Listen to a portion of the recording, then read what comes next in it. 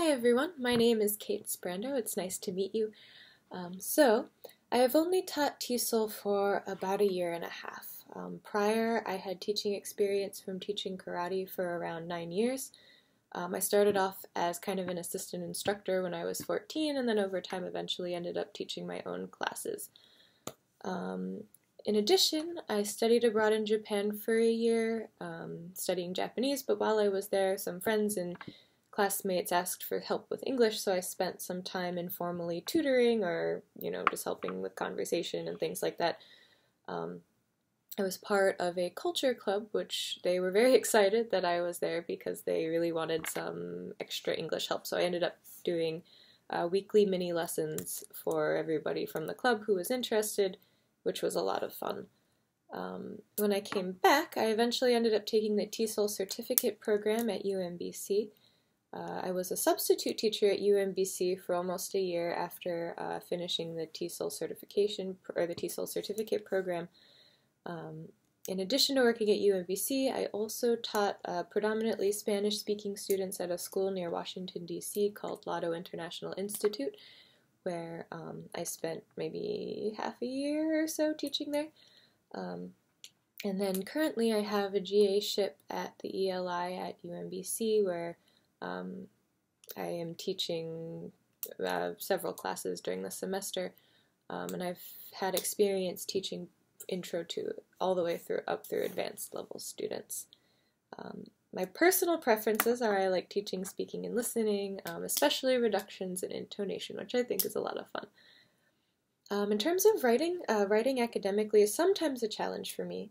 I like writing creatively, but sometimes I struggle with making my writing more concrete and academic. Comparatively, I feel like there are many people who write significantly better than I do, so I feel like I have a lot of room for improvement.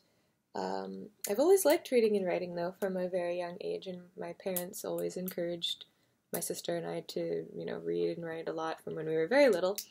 A nice memory I have is learning my letters. My dad used to take apples and cut them into slices and then cut letter shapes into the apple slices, and if my sister and I guessed what letter it was correctly, we'd get to eat the apple, which I thought was kind of cute. So yeah, like I said, that's a nice memory I have of learning to read.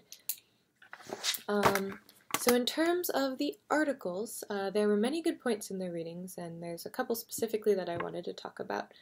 The Kano and Stewart article made me reflect on my own teaching journey. Because of my karate teaching experiences, I never had as much the struggle for management as I did for the struggle with content.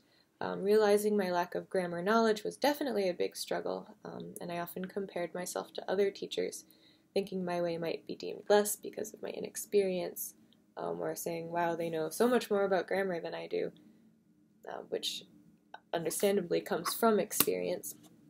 But now, I feel much more confident in the classroom, especially as I've observed many other teachers, had experience sharing ideas, and seeing that just because maybe I do things slightly differently doesn't mean my way has any less merit than somebody else's, which definitely improved my sense of confidence in the classroom.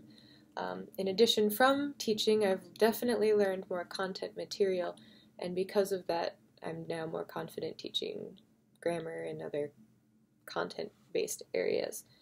My personal teacher goals are to have a strong content knowledge, to be approachable, to make sure students know my expectations, and to encourage and demonstrate working hard in class. So I feel like if students are confident that I'm working hard and working to the best of my ability to help them, then they, may come and meet me halfway, which I think is very important in the classroom, and hard work is, a really important value. The Swarzer article was a really nice checklist for me to see how many aspects I currently do and how I can adopt other aspects I don't as often.